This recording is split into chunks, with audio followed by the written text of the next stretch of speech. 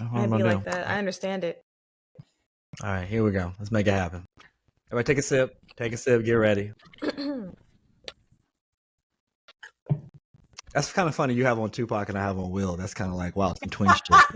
It's a twin Synergy. like, it really is. Synergy. Does that make Sean Jada? Oh my God, it does! It does make her Jada! It fucking does! Wow! And you could low-key be Will's ex. Low-key. On the lowest of keys. Yes. Low-key. We can make a trade. I can see it. I can see it. Walker's trade. I can see it. Wow, damn. That's so funny. I had no idea. Well, anyway, this is where we are with this. Here we go. It's going at the beginning of the show. Probably. C-U-L-T-U-R-E 101. C-U-L-T-U-R-E 101. C-U. Welcome back, and welcome to yet another episode of Culture 101 Podcast, where we push the culture forward and have a damn good time doing it. I am 1/3 of the collective, 1/3 of your host. I'm Trist. I'm posted up in Harlem, and are we in the new year? Oh my God, we are. New year, new us. I mean, it's the same us, but like we got some trying to cultivate some new habits. You know, I just love that saying. It just cracks me up. New year, new me. Mm-hmm. No, same old you. Just need to cultivate some different habits. It That's all it is. You can improve some things. You absolutely can. Are we still stepping over the stairs? I see this time they had this girl rock climbing. She was like trying to go up a boulder. I said, why don't y'all let her rest? Give her a break. I'm just trying to be even send it to y'all, but she's like trying to climb up a mountain. Can't stop. Won't stop. Oh my gosh, baby girl is tired. Okay, I don't blame her. I really don't blame her. I get it, but like honestly, it is a boulder now. Honestly, she should be trying to get across a moat or like maybe the Potomac in winter. I'm just saying, shit is tough. Shout out to the Potomac women. You know, that's all it is. But let's throw it down to I guess we'll throw it down to Texas first. Yeah, we'll throw it down to Texas. Right. What's popping in Texas? Child sickness. I have been on the sick and shut in list for the past week. Get out here. No, I mean I've been out back and forth to Walmart getting, the necessities. That's right. But yeah, we had my munchkins or whatever. We had them for 4 or so days, and every time they come, they sick. Kids are always sick. It's usually like allergies or something, but like the youngest, he had something different where like he was running a fever, he wasn't able to sleep. And so of course, I'm rocking him back to sleep. He's coughing in my face. I had to do all of their hair. I had to like take their braids out. I had to wash and rebraid and stuff like that. And he was the last one I was trying to finish. And I was like on my last little like braid and he started crying. So I'm like, have him in my lap while I'm trying to like finish the last braid, comb it out, and he's coughing in my face. I'm like, I know I'm gonna get sick. So my mom got sick on Friday. She started feeling sick, and then I started feeling sick on Saturday when my sis came to get them. So yeah, it's not RSV, it's not COVID, it's not flu. It's like some other viral infection where like this cough is lasting like weeks or whatever. Like a respiratory infection or something? I don't know. Like the doctor couldn't call it. Like my mom went and she tested negative for all that stuff, and she was like, it's probably just like this viral infection that's lasting a while. So kids are just dirty. This child, they gonna carry something. They dirty and dirty. They gonna carry something. But unfortunately, because we were sick, we weren't able to go back up to Fort Worth yesterday for my niece's 7th birthday. So she had her party. So happy birthday, Araya. And then they were going to come back this week, because they don't go back to school until the 8th. But, since we still in the weather, we was like, nah, play it. See y'all spring break, maybe. Like, I don't know. So, yeah, just, keep us in y'all prayers. I was like, if I have to be sick the last week of December, I'd rather be then. That way I can go into the new year, feeling refreshed. I'm almost there. I just got this little cough that's lingering. So you can probably still, like, hear it. I'm a little nasally, but other than that, I am feeling better. So y'all just keep me in your prayers. Hopefully I'll be off the sick and shut-in list for good. Hopefully very soon. Sooner rather than later. Later. Thank you. And Sean, what's popping in your neck of the woods? This world traveler over here. I am I was gonna do an accent, but I don't want to offend nobody. You can try it out. I'm not gonna try it. Nah, I'm just in be St. Lucia right now. I can't even say San St. Diego. Lucia with an accent. I'm in St. Lucia right now on a little business trip, getting some things handled. So it's 80 something degrees here. It feels amazing. So Are y'all doing any excursions, like any like snorkeling or anything like that? Or y'all just like chilling out, just vibing So we with the went beach? to a like a hot springs and a volcano and did like a mud bath and stuff like that. We've been to the beaches. We've been to different restaurants, places to eat and stuff. So how your skin feel after the mud bath? Oh, it felt like really soft and good. The water was so warm. It was great. That was my first time ever doing like a mud bath. That was really cool. How much of the mud covered you? Was it a full body situation? Like up to your neck or your face or? Nah. Not like all the way up to my neck. No, it wasn't. Okay. No. So they just like the cover the rest bottom. Of the body. She's like, I just need my legs smooth. I don't need the rest of it. I just need my legs to be smooth. Just exfoliate these arms real quick. Right. No, but it was amazing. It was a really dope experience, and we are going to just be taking more tours of the island to see other parts and stuff like that. Go to different beaches. Might do some snorkeling. So it's just so funny looking at us right now. Like we are clearly in 3 different places just by how we're dressed. Tristan's giving business. I'm giving party. Leslie's giving casual. Casual winter. Casual like... Republican. Oh, no.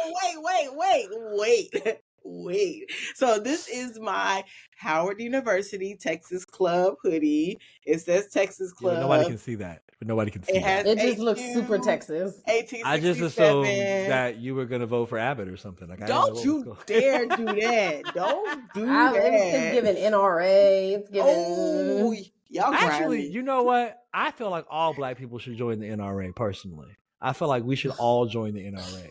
So no, they're going to change some laws real quick. If we all join the NRA and purchase a firearm, they're going to be like, well, we need to revisit this gun issue. Maybe everybody doesn't need guns. Right. I feel that. That's exactly what's going to happen. But no, Texans, we love our individual cities. As far as like the state and the state government, we don't rock with Abbott and them. I just want to make that clear. This is for Howard. Even though there's a big Texas flag on the shirt. Texas Club. Okay, anyway, sure, whatever. It's fine. Moving along, Tristan. What you been up to, Mr.? I look like I'm running for office myself. I mean, if I was running for office, I would be in a different tie. You know, because I don't. You know, you want to project a little differently. But no, honestly, we just got back from Richmond because we were there for a minute for the holiday festivities, and it was nice. We did a bunch of stuff in Richmond. We saw The Color Purple, of course. Oh, did you like it? What are your thoughts? Cool. Yeah, it was cool. Anyway, no, they did a wonderful job. People can sing. That was great. There were some very nice set pieces that were in there. Did you like her? Cinematography was on point. I mean, I always love her. She can do no wrong. It's great. You know, she has everything revealed, and I'm here to look at it. So it's great. Oh my goodness. But no. They did a good job. You know, you'll have some very interesting cameos when you see it, especially toward the end and throughout the film. But definitely everybody came together and they gave a good they gave a good performance. They did. We just have been having several conversations about the necessity and the implications that The Color Purple, you know, may broadcast to a younger viewership. But that's not important for right now. But I do feel that it's definitely something that I'm happy that we all supported, because apparently it is like one of the #1 Christmas opening day movies since like 2009 or something. Yeah, I think they said it's number 2 behind Les Miserables or whatever, something like that. It brought in like 18 million, something like that. Musicals make sense. I mean, people like to go see a musical around Christmas time. But then I also saw American Fiction yesterday. I heard that's really good. I really enjoyed that. I enjoyed it. Similar, they're connected in their subject matter to some degree between The Color Purple. If you see them both, you'll understand why I said that. You think that's too Sean? I didn't see The Color Purple yet. Oh, it is. Well, I mean, but you I've know never seen The Color Purple musical, so Broadway. Did you watch the original movie? Yeah, it's the same story. It's just a few things are different. I thought you said it was different.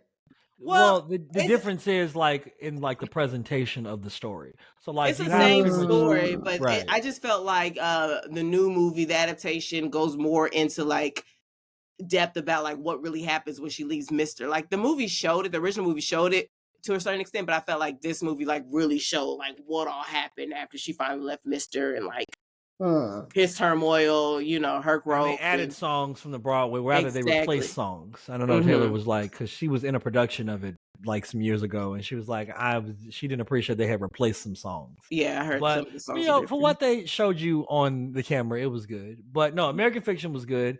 It was very similar to a movie named Bamboozled that came out in around 2000 and like maybe 2000, Spike Lee's movie. But like that plot is very similar.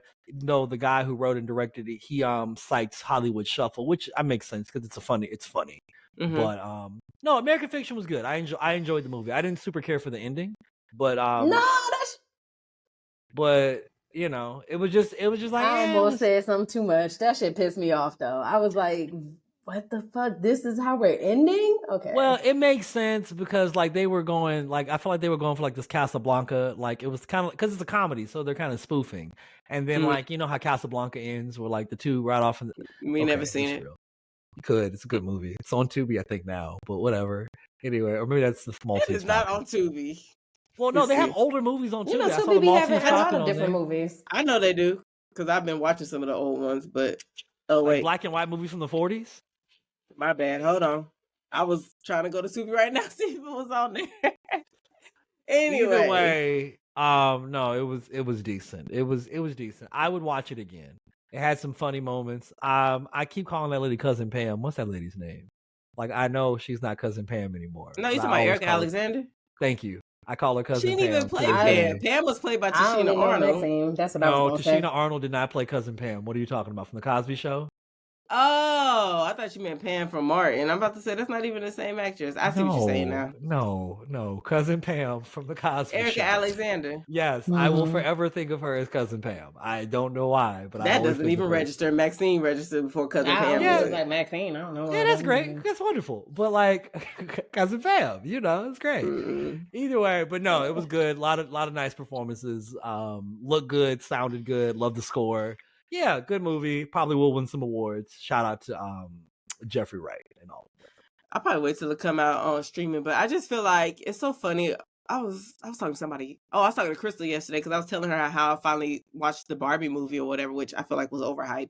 But that's neither here nor there. I just feel like Issa in everything that she plays is being herself, and it's just so funny because she doesn't act; she's literally herself. But it's just hilarious, her being herself. And I've just seen clips of like her in American Fiction. I'm just like, that's just Issa being Issa. It's just so funny to me. You should watch the movie. Honestly, that's a movie you should probably go see with other people because I feel like it's a movie you want to see with the crowd because you want to see everybody's reactions to the scenes. Gotcha. It's definitely one of those. But guys, do you know what also is something I want to see people's reactions about? Something that I want to do with the crowd? I want to hear this information. There's information that needs to be heard. The people are waiting for it. This is a new fucking year. People need this information, and we have one person that can give it to them. Leslie, it is time for the Bulletin Board. Take it away. All right. Well, I kind of wanted to like leave this in 2023, but we had already recorded our episodes before like this news came out, so I just want to put a nice little button on this and then we can be done with it. So I have one last major mess update, which we know is about Jonathan Majors. So as we all have heard over the holidays, the 9-person jury found Jonathan Majors guilty. It was 6 before. Now it's 9. What the fuck? I'm gonna need them to get these numbers straight. I heard read it was 9. 6 before. Maybe it was 6. I read 9 in the article. Is it an even number? I thought it was nah, because it's usually 12, right? Yeah, 12 is. I thought it was 12, but then now because so 6 makes sense. So then 9, I'm like, huh?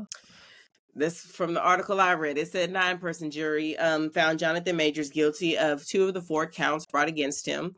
So the 4 counts were assault in the 3rd degree with intent to cause physical injury. He was found not guilty. For aggravated harassment in the 2nd degree, he was found not guilty. Now, for assault in the 3rd degree for recklessly causing physical injury, he was found guilty. And for harassment in the 2nd degree, he was found guilty. So essentially, they're saying he didn't intend to hurt her, but he recklessly hurt her. That's what he's essentially being found guilty for, which is 2 misdemeanors. He was facing up to a year in prison. I doubt he'll get any actual jail time. He's not going to be sentenced until, I believe, February 6th, so we'll probably be on hiatus by then. So y'all have to just keep up in the news cycle to see, you know, what actually happens with the punishment. But following the verdict, the judge did order a new order of protection to be in place until his sentencing for Grace Jabari.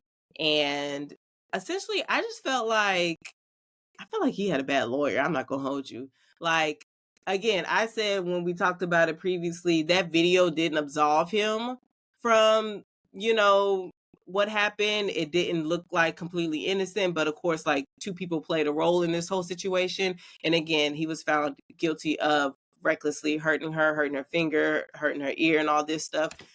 It's just an unfortunate situation. And literally right after this news came out, Marvel did come out and say that they were dropping him from future movies. You know, he was a center focus with the Kang Dynasty. It was supposed to be a whole new Avengers that came out in 2026 with him as a focal point, the villain and everything. So that's not happening, at least not with him. Whether or not Marvel will scrap the whole Kang Dynasty storyline, I'm not sure. They may just replace them. Talks about that have not, you know, been confirmed or yet not, but I don't know. What are your thoughts on this? I kind of thought the video didn't make him look that guilty. Like, to be honest with you, it didn't seem like he was intentionally hurting her. I mean, with him putting her back in the car? It just, from what I saw, it looked like she might have put her hands on him and he was putting her in the car. And then he proceeded to run away from her. So that kind of, I don't know. You got a raw deal. I don't like it. I don't like it. I just feel like he's probably an asshole, like in regular life.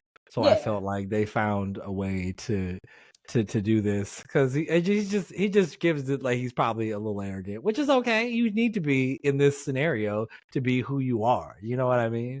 Like, we saw The Last Dance. Michael Jordan was not the nicest person around, but he got results. You know what I mean? So I just feel like he got a bit of a raw deal. It sucks that Marvel dropped him like that. But at the same time, Kang is not my favorite villain. So, I mean, maybe they'll switch it up, do something different, maybe use another villain. But either way, sorry about that, bro. That's tough. That's tough, brother. It's double tough. But hopefully, you know, this experience will give him some clarity and, you know, and help him to make better decisions, but to make more informed decisions, you know, going forward, you know, with how you move and who you're keeping around yourselves. No, we'll see, because he had another project that was slated to come out that had already hit like Sundance and all that stuff and done really well, but now they shelved that because they don't want to put it out. So I don't know. This might affect him for a while, so we shall see. I believe in you, John. You're gonna be all right, brother. You're gonna be all right. Hold your head, little bruh. You're not dead, little bruh. Hold your head. Megan, leave. All right, moving on to the next story. This one I titled iRobot. So this story is just coming out, but it actually happened 2 years ago. But in 2021, a Tesla engineer at the company's factory, actually near Austin, I actually pass by it all the time when I'm driving to Austin on the toll road. He was allegedly attacked by a robot that was designed to handle freshly cast aluminum car parts. This is according to an incident report that was filed. And like I said, it's just now making the news cycle. So witnesses allegedly observed the robot at the Giga Texas factory, is what it's called. They witnessed the robot pin the engineer, which immobilized him, then claw at the back of his arm, which caused an open wound to drip blood on the factory floor. So the engineer was able to break free from the assembly robot after a colleague pressed an emergency stop button. And upon being released, the engineer reportedly tumbled a few feet down like a chute that was actually intended for collecting like scrap aluminum and stuff like that. And it actually left a trail of blood from where he was with the robot to get into that chute. So according to reports, Tesla said that the engineer's injuries did not require him to take any time off of work because that'd be too much, I guess. And as we know, like, Tesla is run by Elon. It's faced criticism for its handling of workplace safety and accident reporting. And specifically at the Giga Texas plant, data has shown that there's a higher rate of injuries compared to the industry averages. So, just a little stat People for you. People be getting beat up at work at Tesla? According to this, so in cases of severe on-the-job injuries, the ratio was 1 in every 26 workers at the Texas Tesla Gigafactory compared to 1 in 38 workers at any other major U.S. factory. So specifically, this factory has had a lot of injuries that it's seen. How do y'all feel about this? About like these robots taking over, doing some human-like jobs, turning on us? Like, I feel like this is our robot. That's why I titled it. Like, it sounds to me like this is now the time we need it more than ever to get lightsabers. Like, I felt like if everybody was equipped with a lightsaber, as soon as they zoom, they cut that shit in half. Like, I just felt like we're working on the wrong shit. You over here working on space stations, you need to work on lightsabers. That's all I'm gonna say. It's so funny. I just brought my guy kids lightsabers for Christmas. Mm-hmm. There you go. See, you're already on the correct path. That's just all this is. This is all about, because if he had a little saber tool slice, he'd have been good to go. That's all it is. They just need lightsabers. But no, they definitely need better safety restrictions there. I mean, Elon kind of does his own thing, and I feel like he definitely loses sight of things. But I mean, y'all are working on some really cool high level shit. There's gonna be some sweat, some blood, and some tears with that. So like, if we want to advance and get to Jupiter and Mars and stuff, the sacrifices have to be made. So I respect the work you're doing. Workers' comp. I deserve to be off while I recover and recuperate, but they're not trying to do that. Well, he could have left, but he didn't. He could have gone home that day, but he didn't go home. They said that his injuries didn't warrant it. Exactly. Okay, yeah, he had a paper cut. He got a paper cut. It was not a paper cut. It said the robot dug into the back of his arm, causing an open wound, which dripped blood onto the factory floor. Face. That's an open wound. What are we talking about? No, it's not dripping blood. No. Papa said that's an open wound. What are we? No, that could drip blood. Drip blood too. No. Like, that blood don't leave your face. Okay. I'm not saying that I am on Elon's side with this. All I'm saying is it sounds to me like the man is okay, thank God. And they had a malfunctioning piece of machinery. Hopefully they've attended to those malfunctions. But I just feel like there are wonderful technological advancements happening here. And I just feel like they can't be slowed down. You know what I mean? No paralysis through analysis. Keep it pushing. So you're all for these iRobots being made, taking over the universe? You know what's really crazy? I had a dream just the other day. Of course you did. I had programmed some robots to help me build this structure so I could like build this compound. And so like, it's so funny that you would have this story in there after I just had this dream. And I was like, wow, things are coming to fruition. I love it. I don't really fuck with the robots taking everybody's jobs. Like, me either. I just feel like that's a way for rich people to not have to pay people for doing work, and you're taking jobs from people that actually need them. So I don't really fuck with it. Or sending the jobs overseas. Mm-hmm. I do want to like wrap this conversation up because I do have one more that I really want to get to that I feel like you'll appreciate, Tristan. I feel like you can give some good insight on this, so I wanted to make sure to include Bring it on. Bring it on. So this one I titled "Sit Down, Be Humble," and it's about Russell Wilson. So have you been hearing what's going on? Yeah, I already know. They're moving off Russell Wilson. Okay, so for those who don't know, Russell Wilson, he's the quarterback of the Broncos. Yes, but Sierra's husband. and that was almost another topic I talked about, the whole Simone Biles and Simone Biles husband thing, but I didn't want to go into gender wars and stuff like that. So anyway. Russell Wilson, as we know, he plays for the Denver Broncos. He is married to Sierra. He actually, how long has he been with the Denver Broncos? Like a couple years now? His second season. So it's his second season. He was like, signed to do 5 seasons, I think it was, or something like that. Yeah. Yeah. So basically, he helped them win against the Chiefs, a few weeks ago. Apparently, they hadn't beat the Chiefs since 2015. So, they're on a high from that. They're, playing decent. Everything's going what he thought was going well, right? Well, his coach, Sean Payton, announced last Wednesday that Wilson will actually not be the starting quarterback anymore.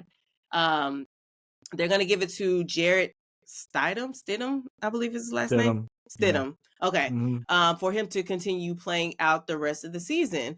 So the coach, Peyton, said that this was strictly a decision based on winning and to get like a spark offensively, and it's not based on anything else. However, Wilson said that he was actually approached about waiving his guarantee in the 5-year deal that he had, which was for $242.6 million. Full contract. What that even looks like, I don't know. And he was guaranteed $39 million for the 2024 season, whether he was on the team or not, and another $37 million for his 2025 salary if he was guaranteed that if he couldn't pass a physical that they have to take March of 2024, right? So basically they're deciding to go ahead and bench him. They ask him to waive, and Tristan, correct me if I'm wrong, they asked him to waive that injury guarantee, right? And correct. Because he decided not to do that, that's why they decided to bench him. Mm-hmm. So Wilson is quoted saying that he wasn't going to remove the injury guarantee because of how physical the game of football is, which you all know. He's played it for 12 years. He knows the risks that are involved. He says that he wanted to be able to play, with the Denver Broncos. He wanted to help them win another championship. But he's just like, I didn't sign up for this, essentially, like to be kind of like people going behind the bag trying to get me to change contracts and stuff like that. It seems very shady, right? So following last Friday's practice, Coach Peyton was actually approached, just to get some commentary on what's going on because it's hit the media news, right? And his response was he was not privy to any of those discussions when it came to my head. When it came to Russell changing his contract, he said he's focused on handling what's going on the football field.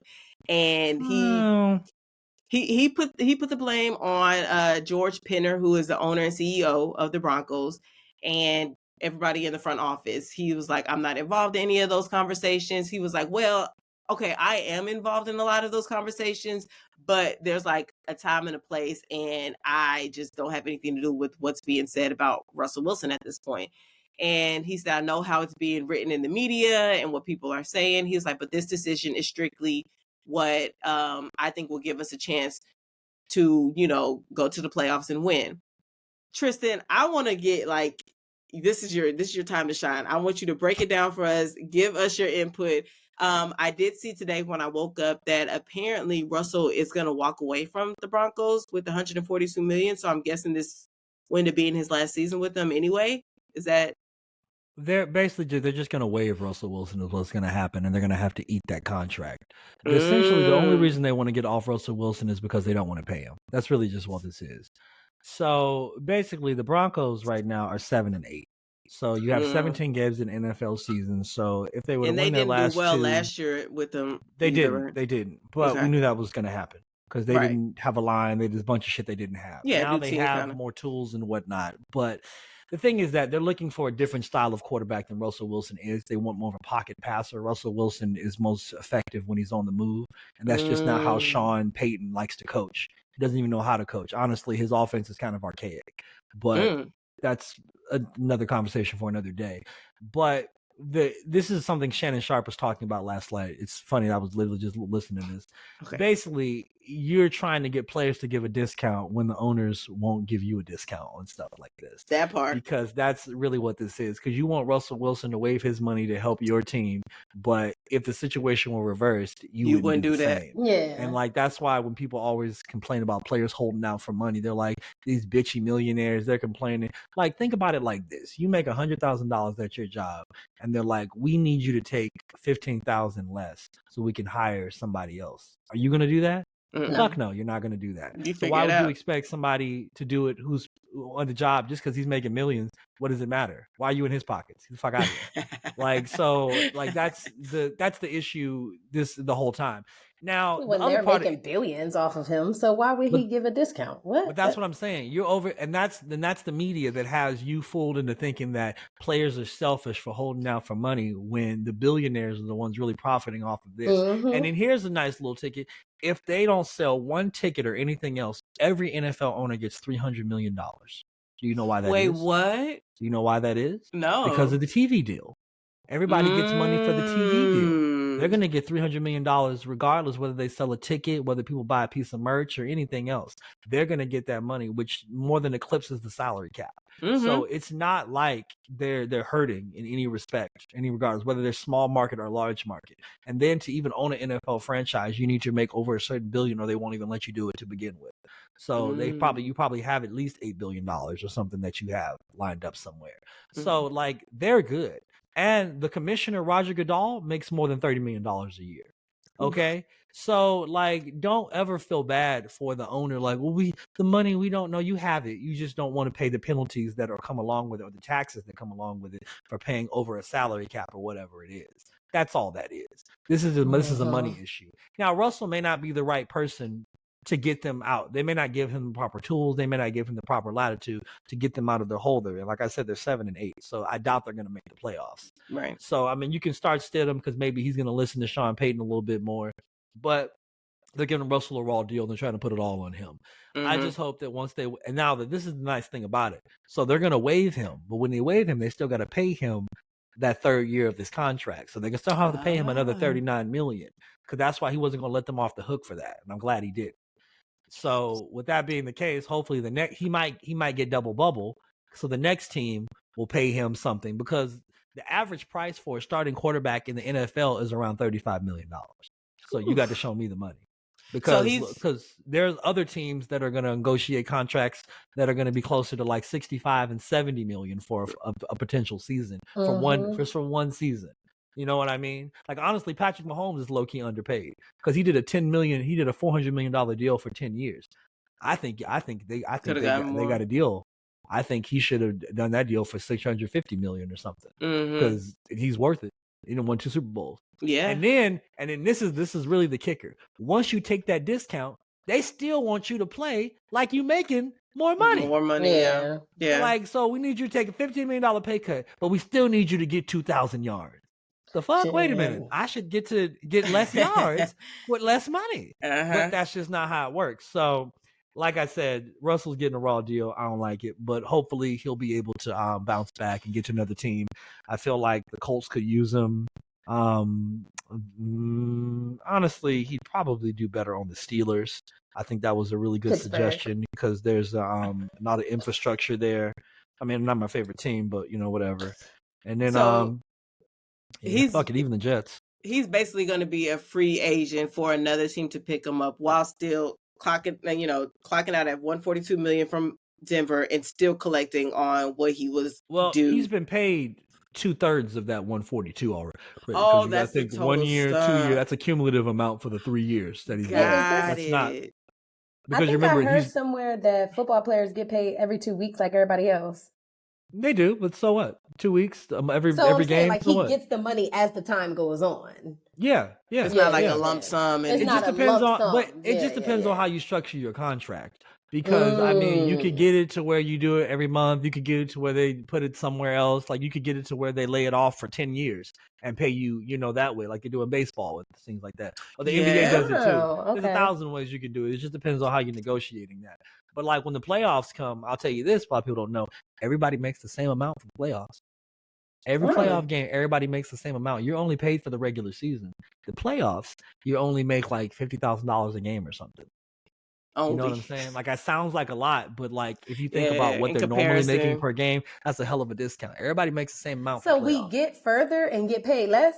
Correct. Because it's not a guarantee to get further, right? Correct. And that's like a fixed amount that they're going to pay you. What about the Super Bowl? Like, if you win a Super Bowl, do you win a whole bunch of extra money? But again, that's you get to go to generally the White House.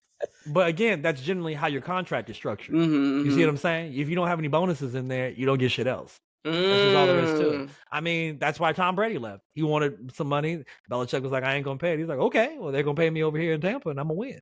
So that's just how it goes. Football is just a tough game because I mean, you don't have guaranteed money in a lot of cases. I mean, the sports that do guaranteed money are basketball, football, I mean, soccer even. But you don't do a lot of guaranteed money in football just because, I mean, if you're talking about like actuarial science at this point, the risk, people get injured at a moment's notice. So it's tough when you deal with guaranteed money. Like Russ, the fact that he has guaranteed money in his contract is already dope. Which it shouldn't be that way. Everybody should get the guarantee, but it is what it is with football. But Russ is getting a raw deal. At the end of the day, Russ is getting a raw deal.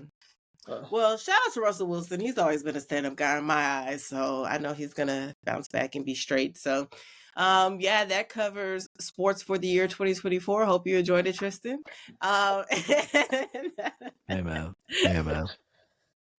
And that'll bring it into our first bulletin of the year. All right, shout out to us.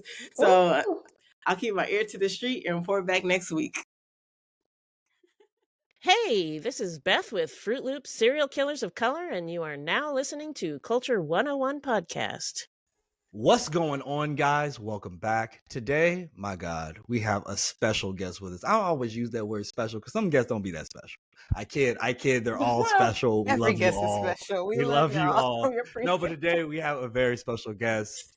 Resident techie, story editor, producer, Webby nominated, a tech podcaster out here, works with Compiler. And I'm going to tell you right now, she's compiled some fantastic things there. Okay. And even a resident historian of tech. With no further ado, let's welcome tech podcaster extraordinaire, Kim Huang.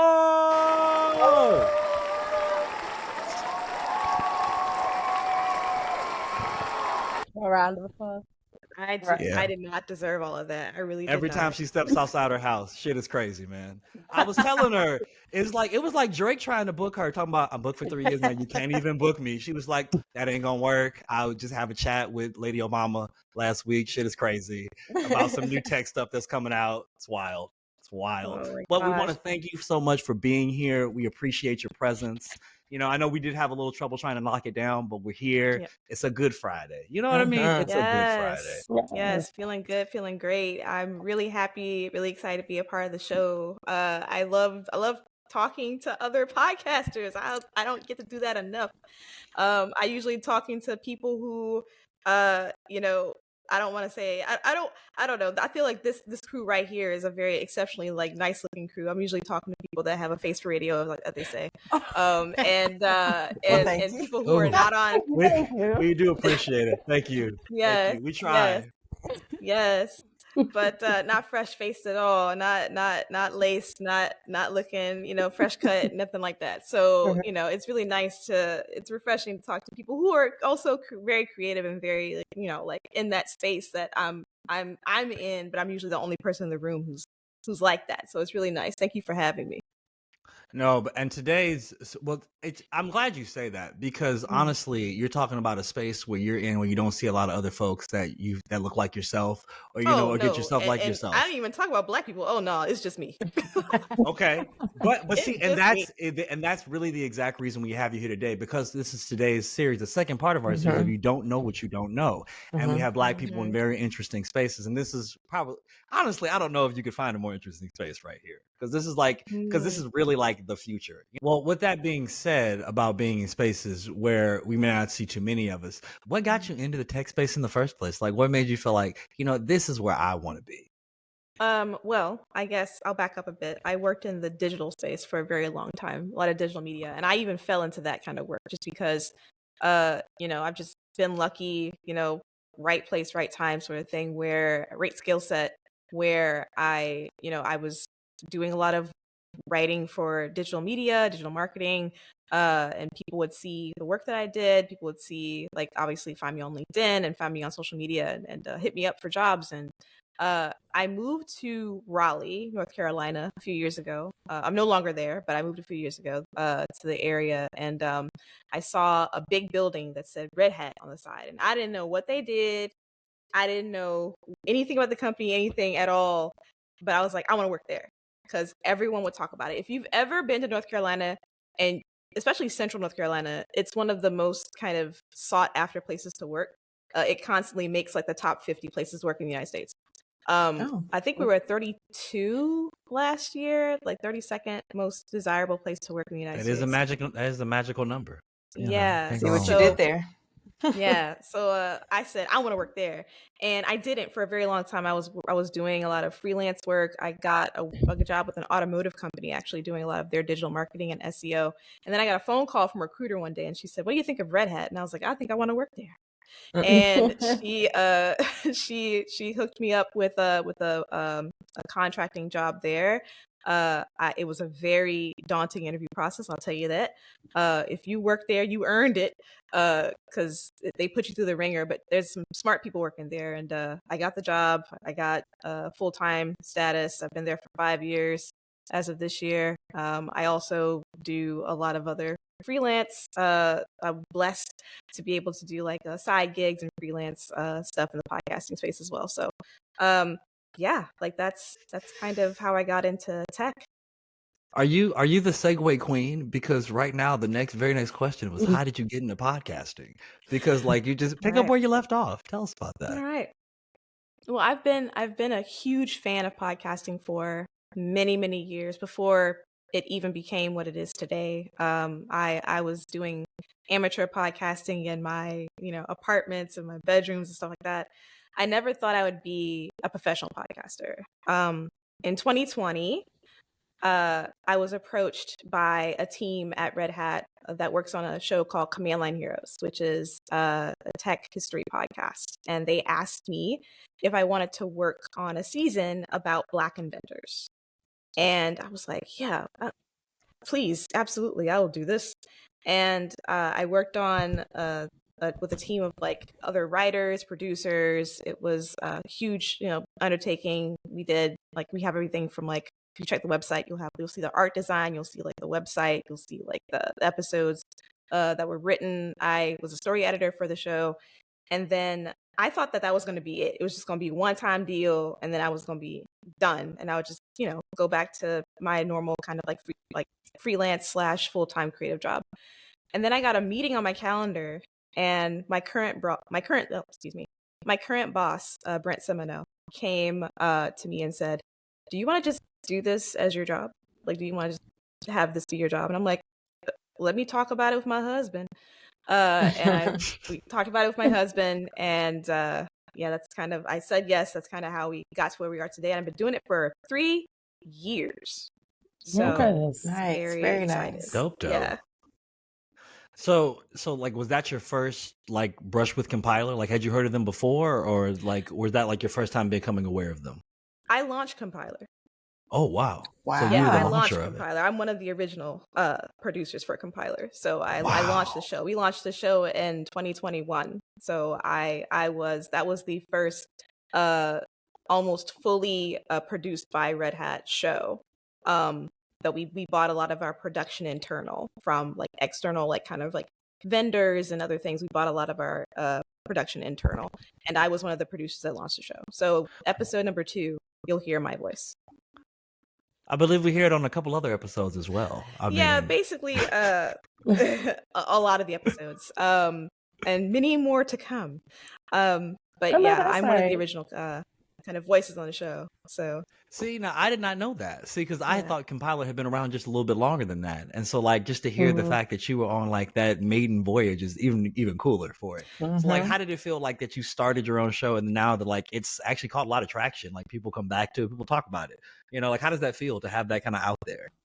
I don't really think about it that much. It's really great. Like the show started out very different from what it is now. We wanted the show to be a conversational show about tech, where people that maybe not are like super techie can understand tech topics, and we can kind of break them down for people who like have questions about technology.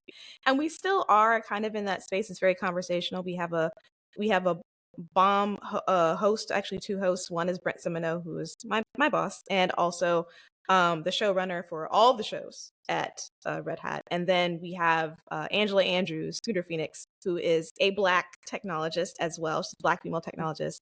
And yes, and she's great.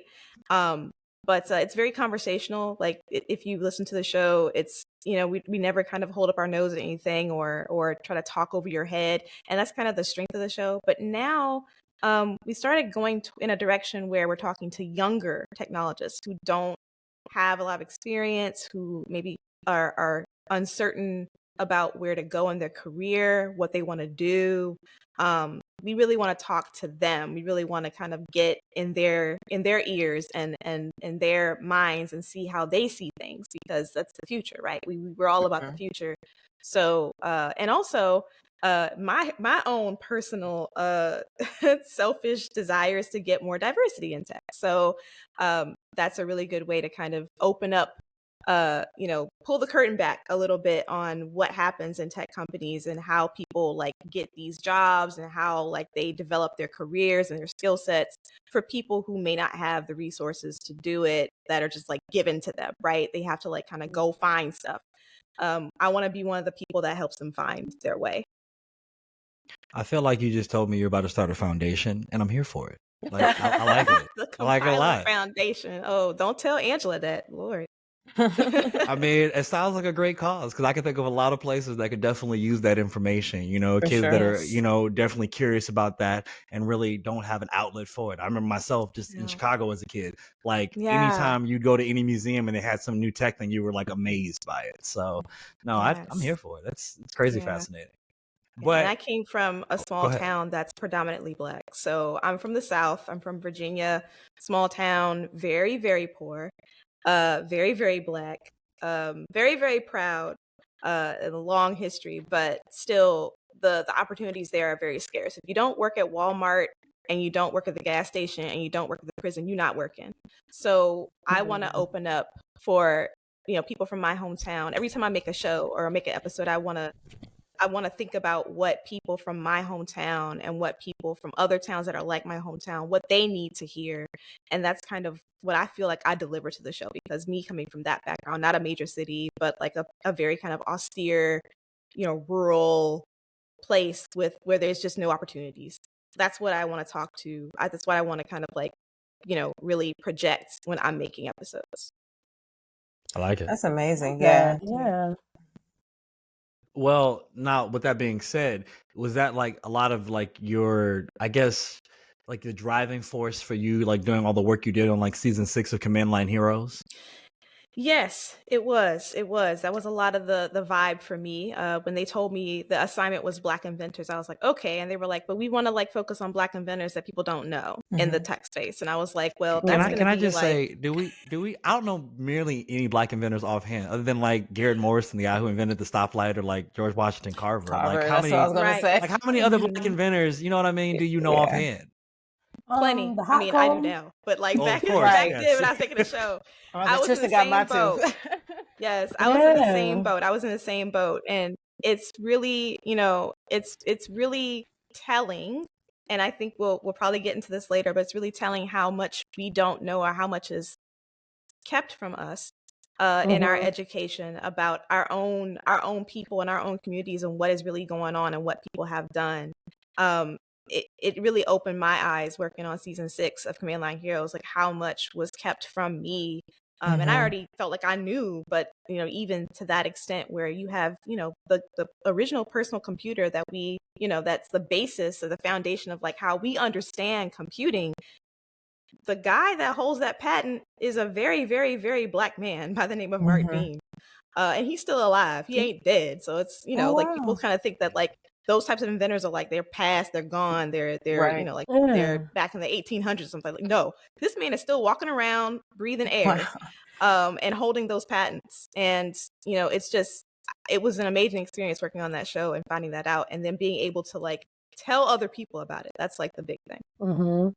So how did you choose the inventors that you use for each episode, and how did you source the information about them? So let me come in and say, for everybody the listen record, closely. She's about to drop bars. I will say this: I was the only Black person working on that show from an editorial perspective. Okay. So yes, so behind the mic, as far as like editorial, we do have a Black female host, Saranya Barak, who's our host. She's the person that you hear on the show. But other than that, in the writing room, it was just me. So trying to choose inventors, that part was a bit easy. Like, there's so many people that are just obscured and hidden figures, right? It's just they're not recognized. That part wasn't as hard. We did run into some issues with at least one prospective guest that, if you want to know more, I can talk about her. But other than that, like, the real obstacle, the real challenge was the research itself, because a lot of these people, some of them have passed, they have next of kin, some of them don't have next of kin and they have passed. And then others are just very old. They're very old. Like, you know, if you think about like enterprise technology and software, it's been around for a long time. A lot of these inventors are older. Some of them are not. Some of them are still young. But you know, like, we had to be creative in how we presented them on the show and how we like did that research and like where our sources were coming from. We had to be really creative. I had to break out my library card and go into you know, old HBCU alumni books and magazines and Black newspapers, which was a huge source for at least one of our inventors that we chose to feature. So yeah. Gotcha. Now I'm curious, when you said you were like the only writer on this, was that like by choice because you're Black, you're like, hey, I got this, or, you know, did it just work out that way, or they were like, you know, you got this? Like, I'll be candid. okay. I feel like the people who are working on the show were very excited and saw the need for the shows to exist, like the episodes to exist, for the season to be realized. But I don't feel like they were comfortable with the content and handling the content, because there were some stories, like Gladys West is a good one, Roy Clay is a good one, where a lot of these technologists, the reason why they're so obscure and the reason why we don't know who they are is because of racism and because they were purposefully excluded from, you know, the history books and purposefully kind of like hidden away from us. So, you know, navigating those and the culprit, you know, is big tech. The culprit like are these like, you know, like huge companies in the space that are, you know, history is written by the winners. That's what they say, right? These people are the ones that are archiving all this history, and they are conveniently leaving out certain people based on certain things, right? Right. So, you know, navigating that, I feel like non-melanated folks don't really understand the nuance and how to navigate those situations. And I feel like that's where I came in to kind of, you know, give voice to that and say what it is. And then, you know, also kind of like build upon that and make it relevant to the technology, because we do want to kind of keep it for our listeners. It's about the technology, but there is this undercurrent, like, you have to understand that this is going on at the same time. Segregation is going on at the same time. So I guess that's like one reason why, like, they wanted to bring me into that, and they wanted to kind of like see what I did with that. And I guess I did a good job, because they decided to have me go launch 2 other shows. Yeah, I actually respect that. Yeah, I respect it's a subtle flex. But yeah, I respect the fact that, you know, they didn't know and weren't comfortable. So they like, okay, teach us, and then this can broaden the conversation once we start to learn these things and see how racism did play a part. You know, we can no longer turn a blind eye to this when it's literally right in front of our face. So I actually respect that. Now, out of all of the inventors that you covered and learned so much information about, whose story would you say you were most moved by, and why? That's very easy. Okay.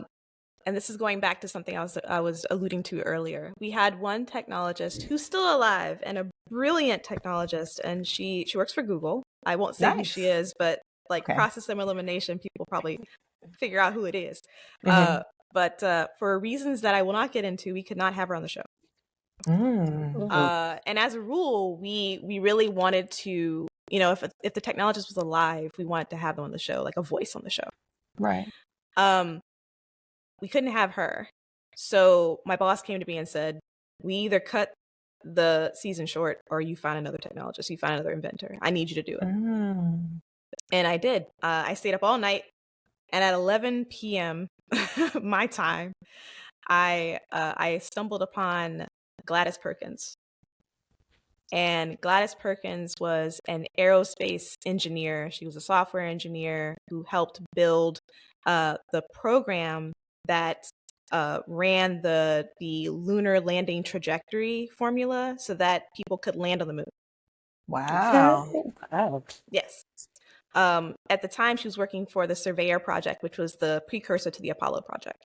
So she was doing that. She was working for NASA. She was working with JPL, NASA, Jet Propulsion Laboratories, and Howard Hughes Aircraft. She was actually an employee of Howard Hughes Aircraft, as in the Howard Hughes. Yeah. Oh, yeah. Yes, that guy. Big time. Okay. Yes. So Black, female from Tennessee. Wow. Went to Lemoyne-Owen College, which is an HBCU in Tennessee. So really humble beginnings, an amazing, fascinating story that I would love to do a deep dive into one day. But she died in 2007. She had no next of kin. She had no children. She had 2 husbands that preceded her in death. So trying to find information about her life was difficult. Trying to find a picture of her was difficult, impossible. We didn't have a picture for like weeks. I think I did a talk about this at Black Pod Festival, and Tristan, you remember this. Like, we didn't have a picture of this person. I didn't know what Gladys looked like until like I had already written the episode. Everything was in post-production. We didn't find a picture of her. Finally found a really grainy picture of her that was in Ebony magazine, because Ebony did a profile of her because she was working as an aerospace engineer. And they did a profile of like, what kind of goes into your job. And they did like an interview with her. That was really interesting. So just finding information about her was so hard. And it was actually my debut on the show as a voice, because we couldn't find anybody to kind of lay down that context about her life and what was going on. So I ended up kind of coming on the show as a voice to kind of talk about her life in and of itself. I believe that's episode 3, right? I think it's like maybe 6 or 7 or 8. It's one of the last ones. Yeah, I definitely went through all those episodes. I was definitely having a good old time listening to Command Line Heroes, like because it was just a good time. It really was. Thank you. Like I especially like the art department and what they did with the little action figures. Because each episode it made the person into a little action figure, like collect them all. Cute. So it was kind of a cool little thing you guys were running. Yes, I love that. That was like our illustrators. We have an entire team of illustrators and graphic designers. Shout out to them because they are amazing at what they do. And also we hired This Is Bien, which is a company based in LA to do our animated trailer, which was fantastic. They are they are an animation studio that works specifically in the DEI space. So they are fantastic. If you never heard of them, This Is Bien, check them out. I'm gonna shout them out right now. Ricardo Roberts and This Is Bien, they're fantastic. Go check them out. Okay. Shout out to Bien. All right. Yes. Very nice.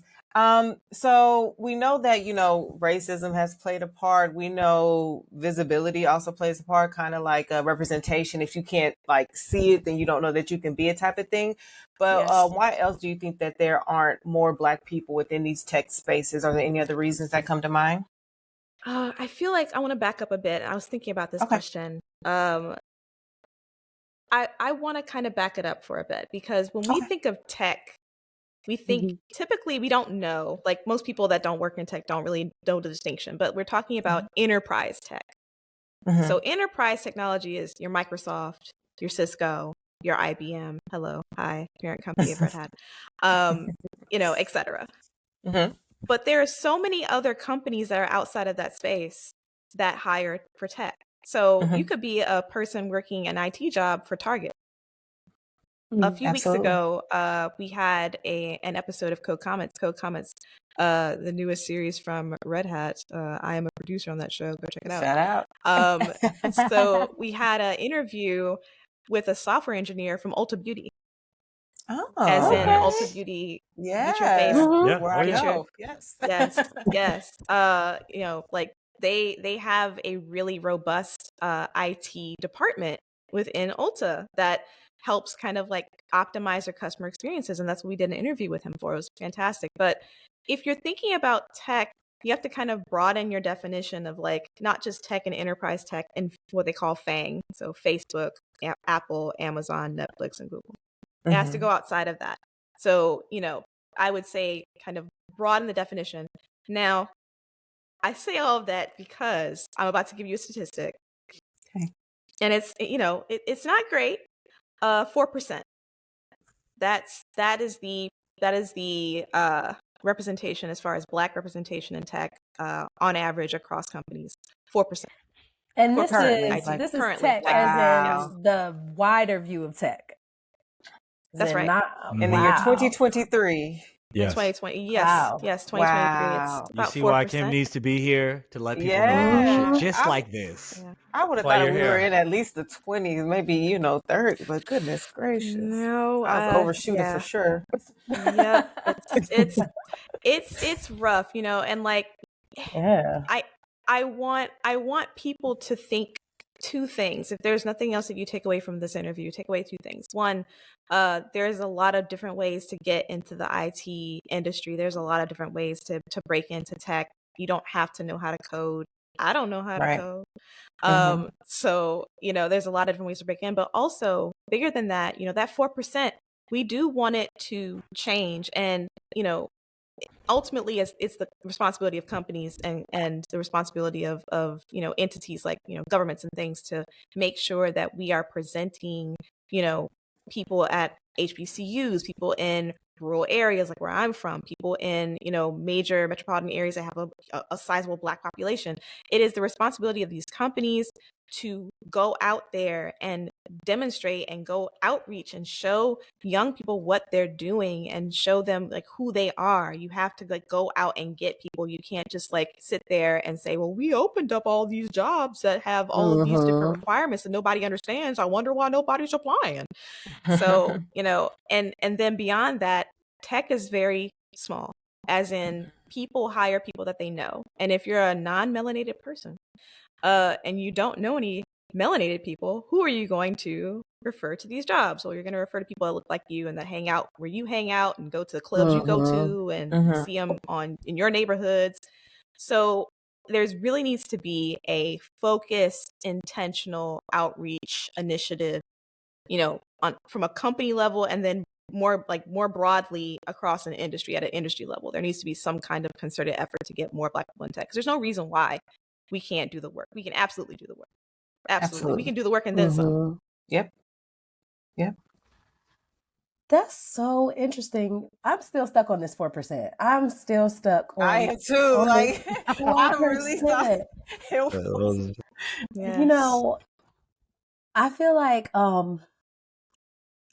I've seen a lot of people transition from their current jobs and going into the field of tech, right? And every time I've seen it, at least me on a personal level, I'm just like, how are you getting into tech? Like, I thought that was a job that you had to have gotten into since undergrad. You have to study there. You have to get all these certifications. But there's so many people moving into the world of tech that don't have these advanced degrees.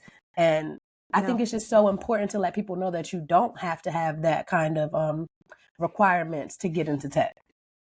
You might be surprised to know that not all serial killers are straight cisgender white men, and the victims of true crime are not a monolith either. She's Wendy and I'm Beth, and together we host Fruit Loops Serial Killers of Color, a true crime podcast. Together we take deep dives into the true crime stories about marginalized and minoritized perps and victims that often go untold. We also provide the context and nuance that these stories deserve. At Fruit Loops, we're serving up true crime with a side of history, society, culture, and some fun. Listen to Fruit Loops Serial Killers of Color on Spotify, Google Play, Apple Podcasts, or wherever you get your podcasts.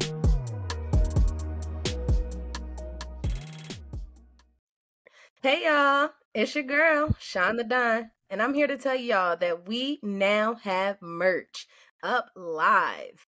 You can find some t-shirts, you can find puzzles, you can find candles, whatever you want, we got it. Come check us out at culture101podcast.com.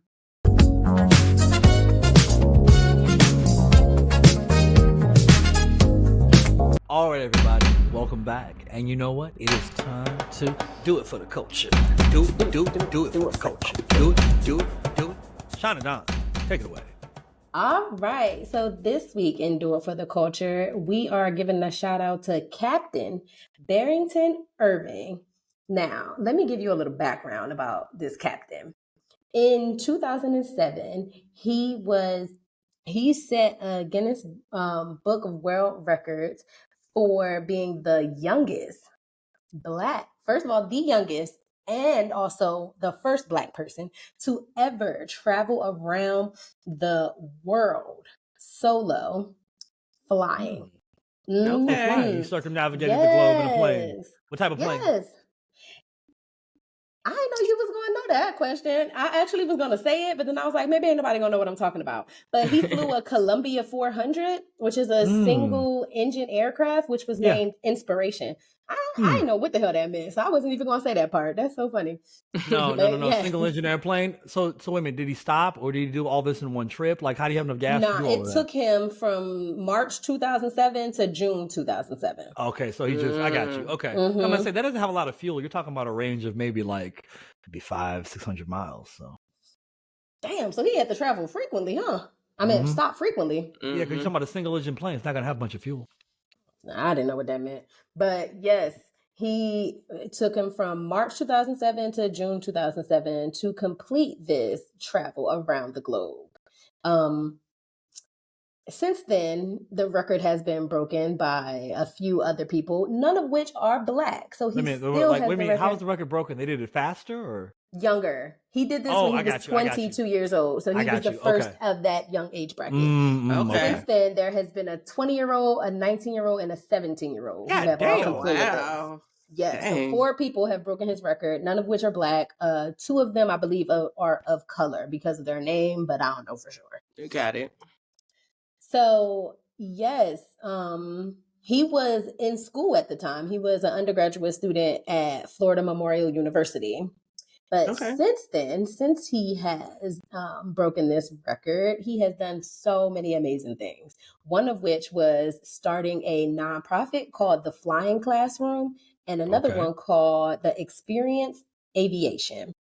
Its goal is to aid young professionals in STEM and aviation careers. So he launched the Flying Classroom in 2013, and it's a K-12 initiative STEM program. And so far, they have explored over 55 different STEM global expeditions and access to 165 virtual lessons that they have done with this nonprofit. Nice. But that's not why we're talking about him, y'all. We are talking about him because not only has he done all of those other things, he's also started his own training school called the Barrington Irving Technical Training School. And this year, he had his first 15 students graduate. Young men and women of various backgrounds have completed his aviation training school. And because he's partnered with so many different organizations and different organizations and different communities in Florida, they were able to provide all 15 graduates with jobs upon graduation. Nice. So now all of these people have a job in aviation. Couple shout outs. They're all pilots or mechanics? What are we talking about? All pilots. Aviation. Okay. All pilots. Yes, I looked that up too. So yes, it doesn't say how long his program is, but they have about 100 students in their program now, 15 of which have graduated. So the rest are still attending the training academy right now. Does it say what type of planes they're trained on, like in terms of flight school or? I'm just asking the question. I can't. Your face. Oh my God. Just asking the question. She said. When are they training on a Cessna or are they training on a 777? You took it too far. You took it too fucking far. I wasn't even going to name the type of plane he was flying on. You done took it too far, Tristan. I used to work for the airlines, right? So that's so funny. I'm trying. Let me see if I can find it. Tristan. What? I feel like the viewers want to know. Do our listeners not want to know this information? It's just you. No. We just enjoying the story. I just like information, man. I love information. No, it does not say what type of planes they train. Okay. I'm just curious. And I got 3 articles opened up right now, and none of them say it. Because one of the largest flight schools is ATP. So I know that they train you on a variety of different aircraft. So I was wondering if he is doing the same. That's all. I might want to go take lessons. Damn. Maybe our viewers and listeners might be like, damn, you know what? I want to go take a flying lesson. And they could do it there, it seems. Mm-hmm. So maybe you can tell me what this means, Tristan, because I also found another fact about him. He served as a mentor to a woman named Shasta Wyaz. She's the first civilian female commercial pilot from Afghanistan and the record holder of the 8th woman to fly solo around the world in a single engine aircraft. Okay. Wow. What does civilian, what do they mean civilian? As in not in the army? That she wasn't, exactly. It just means she wasn't in the military. Okay. I was like, does that mean that she's not in the military? Okay. Yeah, just as simple as she was never in the military. So that's pretty cool. Because a lot of pilots do come from the military, but then depending on what you flew, you may not know shit about commercial airlines. Like if you flew fighter jets, I don't think I want you to fly the 777. Like you need some time. 777, like a Southwest plane. The Southwest plane, exactly. Okay, right. Yeah, nah. I don't want my pilot to be like, yeah, the most I've ever done is fighter jets. Nigga, we not fighting nobody. Different systems. Like, don't get me wrong, skills are transferable, but it's different systems. You need some training. You need to go through some things. So, but I just wanted this story really was so interesting to me because I don't know if I've ever even seen a Black pilot in life. Like, when you get off the aircraft, all the pilots all say hello to you and stuff like that. I don't know if I have. And I've been on a lot of flights. I've seen them like in the airport and stuff, but not on my flights personally. I don't believe that I have. So the fact that he's opening the doors for so many youth of color in Miami and just across the country and with his influence, I think that that's so amazing. We need more Black people in aviation. It's just a beautiful thing. And shout out to him for his nonprofit. What was I say? It was called the Flying. Phone's knocking on me. I was thinking Flying Dutchman, but I know that's not right. No, that wasn't it. Not a pirate ship. Well, shout out to him and all the amazing things that he's doing with his nonprofits, with his training school, and everybody. Shout out to all the 15 graduates that have graduated. Y'all are amazing. And say his name one more time for us. His name is Barrington Irving Jr. Captain Barrington Irving Jr. Sorry, you gotta put some respect on that name. Flying Classroom. The Flying Classroom is the name of his nonprofit that works with students from K through 12 learning STEM and aviation programs. So, wonderful. Shout out to Captain. Love that. Shout out to the Captain Barrington Irving Jr. The Flying Classroom. We love it. But what we also do love is taking a break real quick. So we're going to do that and we're going to be right back. You might be surprised to know that not all serial killers are straight cisgender white men, and the victims of true crime are not a monolith either. She's Wendy and I'm Beth, and together we host Fruit Loops Serial Killers of Color, a true crime podcast. Together we take deep dives into the true crime stories about marginalized and minoritized perps and victims that often go untold. We also provide the context and nuance that these stories deserve. At Fruit Loops, we're serving up true crime with a side of history, society, culture, and some fun. Listen to Fruit Loops Serial Killers of Color on Spotify, Google Play, Apple Podcasts, or wherever you get your podcasts. Hey, this is Wendy of Fruit Loops Serial Killers of Color podcast, and you're now listening to Culture 101 podcast. All right, guys. Well, it is that time again. We gotta say goodbye. We gotta get out of here. But before we do, we want you to remember to like, subscribe, and of course, check us out on all the platforms. Yes, that too. Check us out there. But check us out on all the platforms where you will get your podcast: Apple, Spotify, YouTube. Again, wherever else you get your podcast. And if you wanted to shout us out and talk to us, Leslie, how would they do that? You can do it a multitude of ways. You can either engage with us in our comment section, slide us a DM, or you can hit us up via email. It's contact@culture101podcast.com, or even send us a listener letters. We would love to read it aloud on the show. Hop onto our website, culture101podcast.com, and just scroll all the way down on the first page. And please let us know if you want to remain anonymous, because Tristan will say your name out loud, proud. And if you don't want that, please let us know. And enjoy. And also, you can call Leslie at 2. I'm fucking your boy. I ain't about to play with you. Oh man! But also though, if they were looking for gifts, you know, they wanted to start the new year right. They wanted to be in their freshest fit, you know, or they just need a new calendar, or candle, something, you know, to bring some balance to their world. How would they do that, Sean? Where would they find those items? So you can find all of those items on culture101podcast.com/shop. Like Tristan said, we got candles, we got windbreakers. You know it's about to be bucket hat season, so you can come get you a Culture 101 bucket naked season. Bucket naked. It's bucket naked. It actually is about to be We about to put some swimsuits on the site. Okay. Come support a Black business. Come on. You know, before we get out of here, I did see a post that says, like, it was like, Happy New Year. They're like, it's time to start working on your beach body. They're like, what? No, but it's New Year. No, but it's time to start working on your beach body. It's like, in 3 it's months, almost spring. It'll bring if it's spring, then it's summer.